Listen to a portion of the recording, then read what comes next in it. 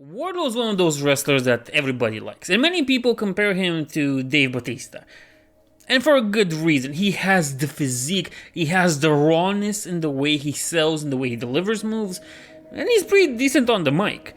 Yet with all that, Wardlow's been kind of thrown away. He got the TNT Championship like once or twice, and that's kind of been his story. Even now that he came back, he just did a squash match or two, and that's about it. Now, you can consider this either a prediction for Wardlow's story in the future, or you can consider it fantasy booking. I tend to consider this fantasy booking on how to book Wardlow properly. And this mostly comes thanks to Wardlow's interview for Sports Nightly, where he talks about MJF. I understand in the past 4 months he has somehow convinced everybody in the world to cheer for him, and feel sad for him, and sorry for him. It just amazes me how somebody can do horrible, evil things for years, and then they come out and say sorry, and spew out some fake tears. Now all of a sudden, everybody forgets about all the bad they have ever done, and they want to embrace him. Well, I'm a little more intelligent. I see right through his BS, and I'm not one of the people that have sat at home cheering on MJF for the past 4 months. Now, the fact that he said this not on Dynamite or Collision or any televised show, but on Sports Nightly, says a lot about Tony Khan, but that's a different story. Let's go. How would we book Wardlow from here on out? It's simple. We're gonna have MJF retain his championship against Jay White. He makes a partnership with the Acclaimed, and they help him against the Bullet Club Gold, and yabba yabba, MJF retains his championship.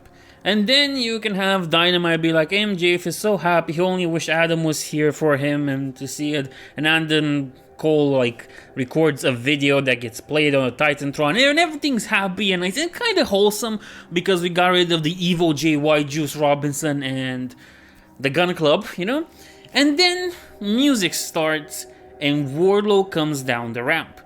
He cuts a promo about MJF. He basically says everything that he said in this interview about he doesn't trust MJF and the way he changed, and that he remembers an important aspect, one that people might have forgotten. But a man in a devil mask attacked Jay White some weeks ago, and still, there was nobody held responsible for that. And of course, Wardlow believes it's MJF.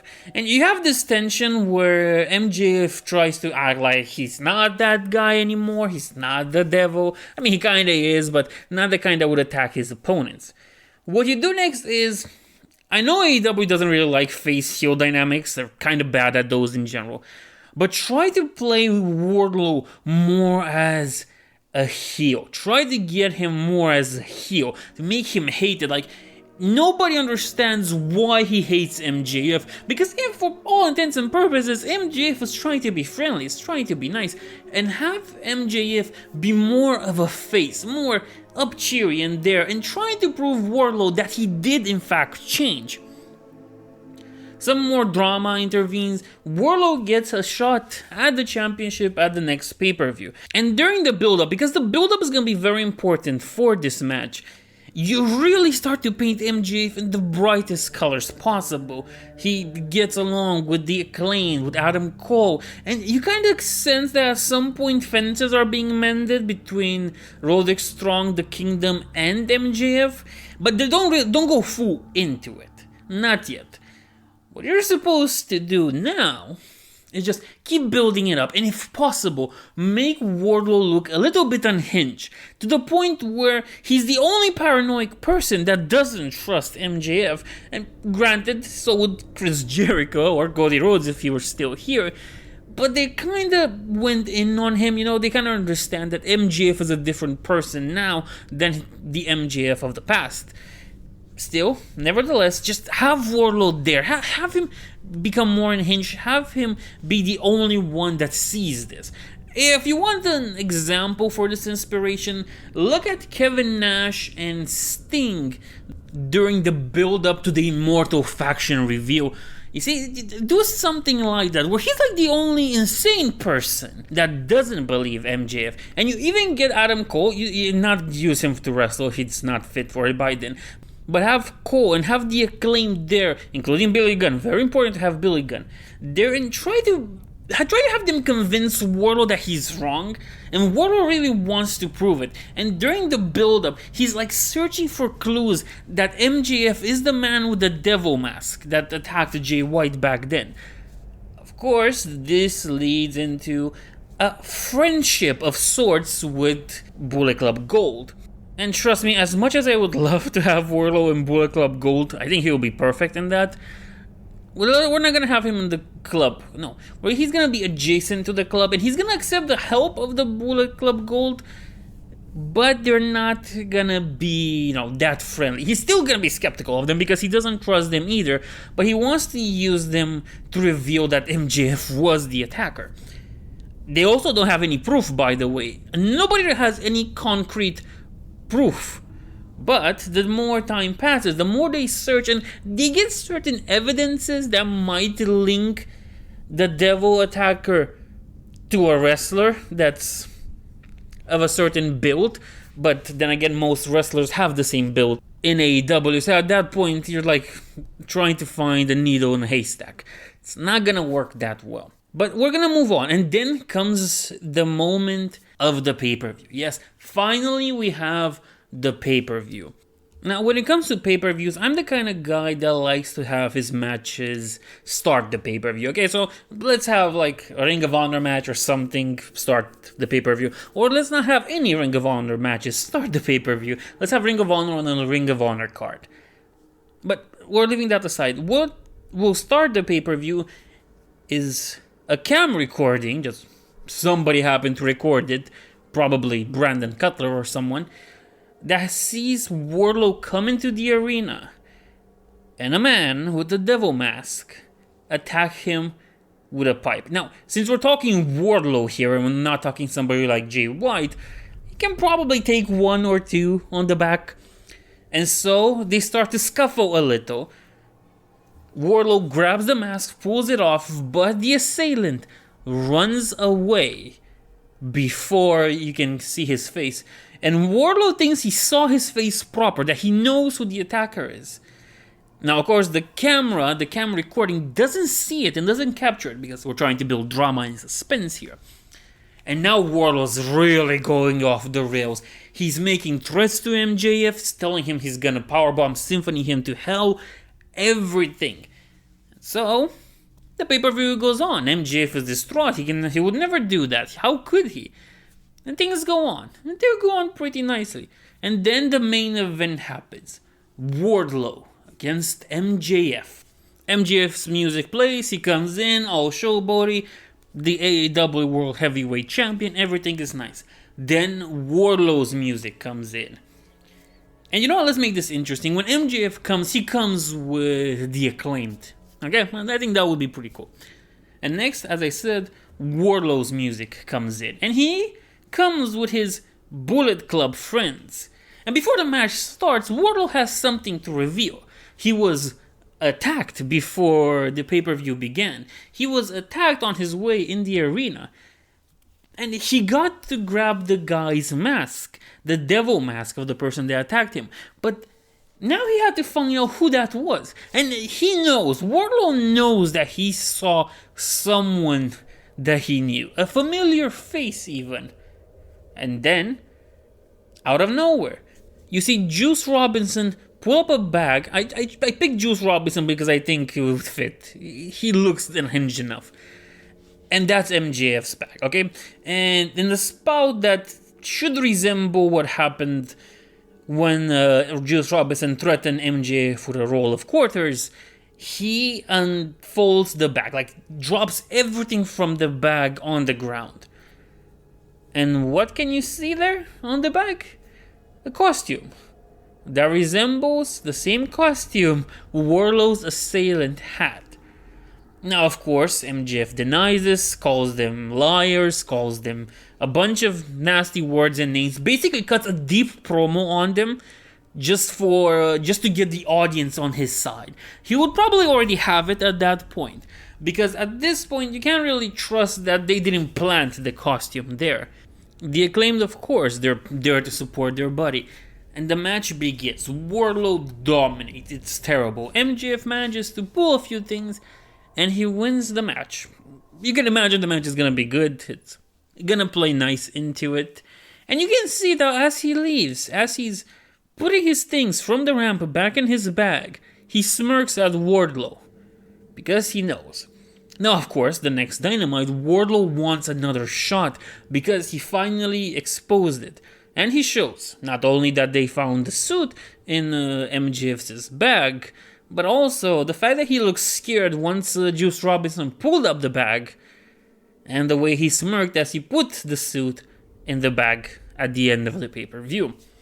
Again, you have to consider that Wardlow still doesn't have proof, but at this point, things are looking more and more in his favor. Of course, you have MJF that responds again, everything natural, everything favorable. Paint MJF again as a face and paint Wardlow as a heel.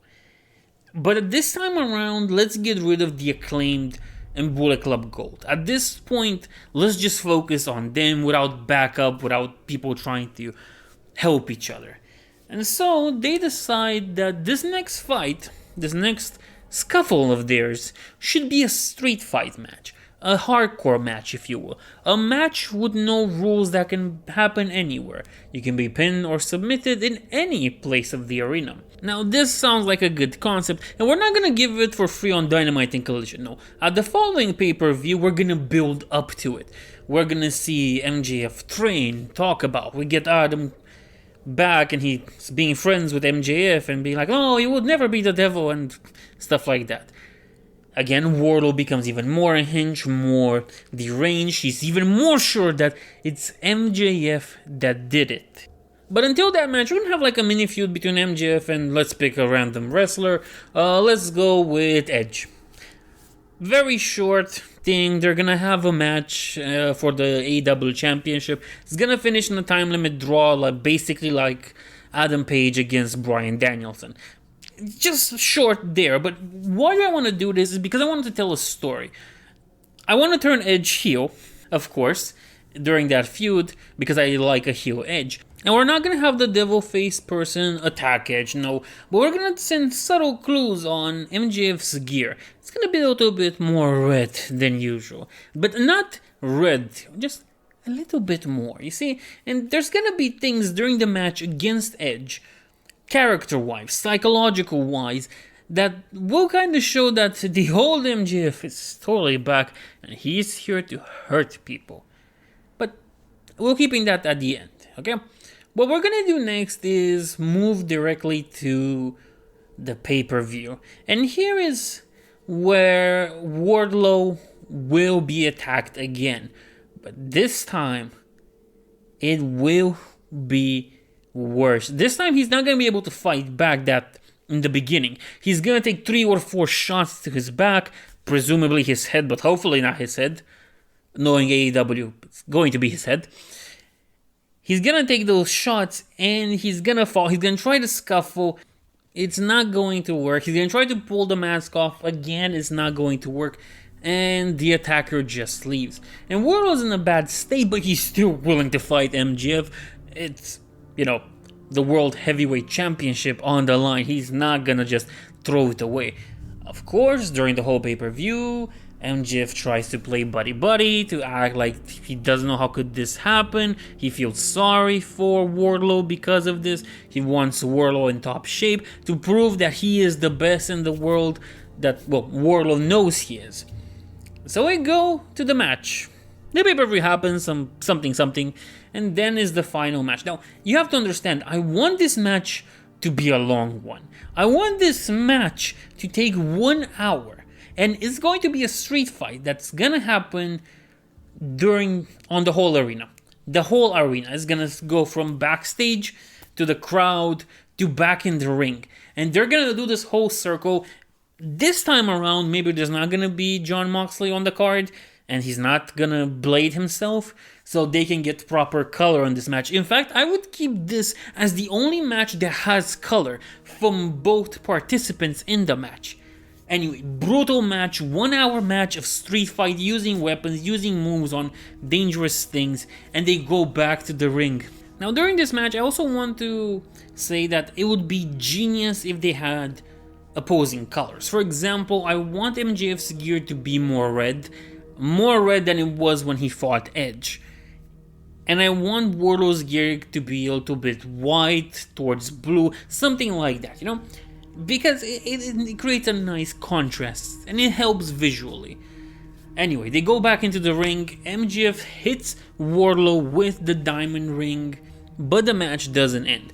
Imagine, they fought for almost an hour everywhere in the arena. They're bleeding like stuffed pigs, and the match isn't over. Because the match isn't over, MJF is desperate and he needs to do something. Wardlow gets back on his feet and he starts attacking him. And at this point, they're trading blows, Japanese fighting spirit style, but way weaker because none of them can manage to pull up the force to knock the other guy out. At some point, MJF manages to lock the salt of the earth on Wardlow, and Wardlow's not giving up. He would rather pass out than give up. He would rather have his arm broken than give up. And because of that, MJF starts playing a little bit more dirty than usual. He starts biting the hand, pushing, insulting him. And it almost feels like he's going back to his old ways. He's stepping on him, he's trying to make it through. And Wardlow just won't give up. Now, for the next part, it's going to need a little bit more trickery, and you're gonna hear a pop sound. The kinda awful pop you don't want to hear ever. Next, you'll hear Wardlow screaming like a desperate animal. And then, the referee just pulls up the X sign, the bell rings. Wardlow's still not tapping at this point. People come in to just grab Wardlow because the guy clearly broke his arm. Now, you can fake this pretty easily. You don't really have to have the guy break his arm. And MJF is not letting go. He's still pulling. He's still desperate in doing that. The guards can't take him off. Adam Cole comes in and tries to stop him. But he doesn't care. He's pulling on that arm, breaking it even more as Wardlow screams. But Wardlow's not tapping out. He just screams into the air. He screams into the mat. He's trying to break free, but he's not tapping out. Finally, the show ends. They manage to pull MJF off and use fake blood and some imitations there to seem like Wardlow really broke his arm. Then we go to the next Dynamite. Because everybody now wants to know what made MJF do that. Adam Cole wants to know that. The Acclaim want to know that. Everybody is interested in that. And he goes around trying to pretend he's nice and all again. Trying to play a face. Trying to play a face as much as possible. But at this point, we kind of had our Austin and Bret Hart moment. He's still trying to play a face, but it's clear to everybody that the act is kind of up. It's gonna take some time for Wardlow to feel better. Let's just give him a month until he kind of properly recovers. So we can play around with the injury time. And then Wardlow comes back. He says he wants his match. MJF doesn't want to give him the match because this will be like the third time they're facing each other. But now Wardlow's angry and he has a bunch of reasons to do it. And he uses all his politicking power. He has all his friendships that he has and gets that final match at the third pay-per-view. This time around, I don't think there's important to have a stipulation to it like last time. No, this time is going to be a pure match.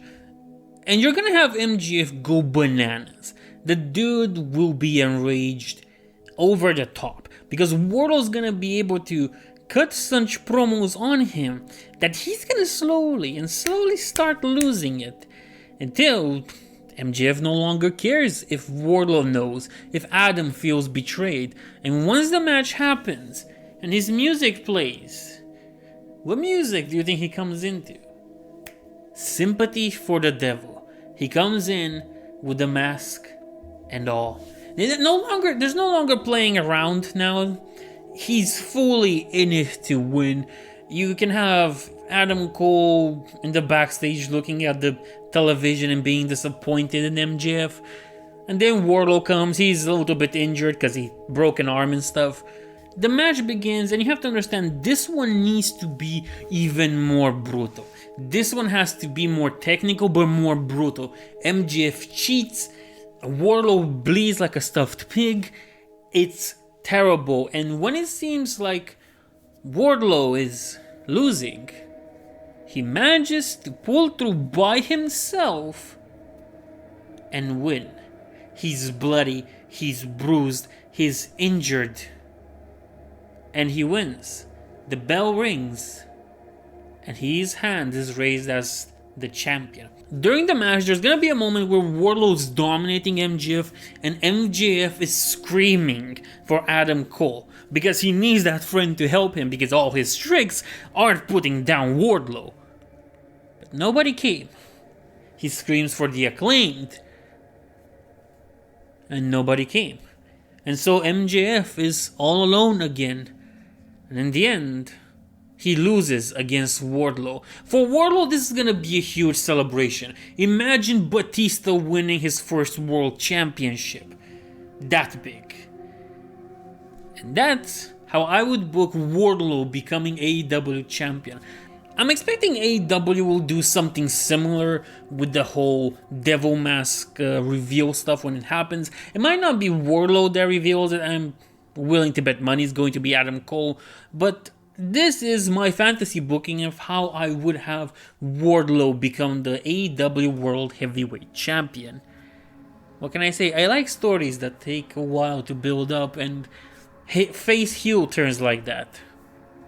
Hey, if you want to copy something from WWE, at least copy something that's good. Nevertheless, I hope you like this, and I'll see you in the next one.